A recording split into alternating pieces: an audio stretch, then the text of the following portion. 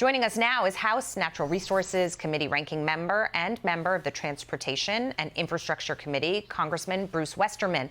Congressman, great to see you tonight. Thank you so much for joining us on this very important issue. Business Insider reporting that the Biden administration considering hindering military aid to Saudi Arabia in response to that oil production cut.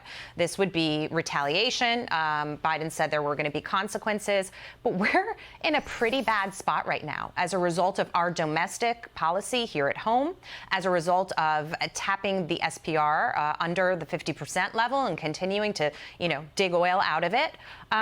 Do you think that this is a wise move right now to start with Saudi Arabia in this way?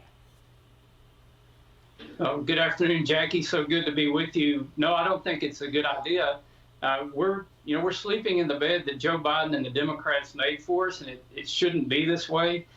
We're seeing the Fed raise interest rates, trying to address the oversupply of money into the economy. But what the administration and nobody's doing is addressing the supply side problems that we have. The reason that we're short on diesel fuel, I read where it's the lowest amount we've had since the 1950s, is because of the all-out attack on domestic energy from Joe Biden and the Democrats. So this is what we should expect with these policies. But fortunately, Republicans have ideas on how to fix this.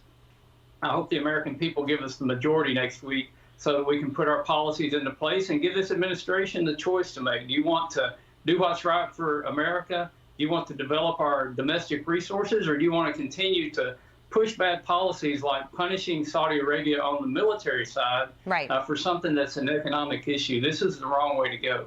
Right. We wouldn't have to retaliate if we had enough production here at home. We wouldn't have a problem. But Congressman, you understand, and I understand as well, that nobody's going to solve the inflation problem either until we get the energy situation straightened out, because diesel is used to transport everything. So as long as the price of diesel fuel stays high, producers of products are not going to be able to reduce their prices, and they're going to pass those extra costs on to you, me, and the average consumer out there.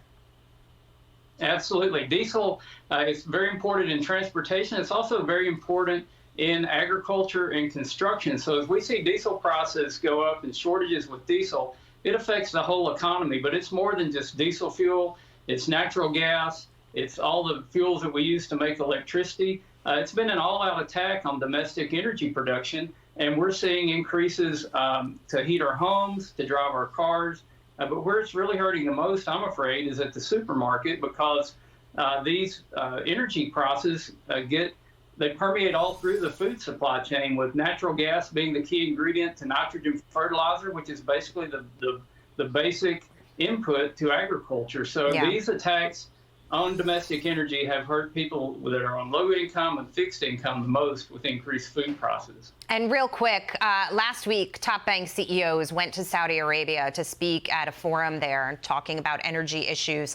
And one of the points that they made was that, essentially, this administration has to figure out some sort of common ground. And they voiced that rather openly. I was surprised. But in the New York Post, Charlie Gasparino writes about how CEOs are trying to fix Biden's Saudi oil mess because he won't. And it's so interesting to me. Everybody seems to get it, but the president. And I have to stand back and think maybe he does get it. He just doesn't care. It makes you wonder. It's not that hard to see where the problems are. And it's a shame that our CEOs are having to go to Saudi Arabia.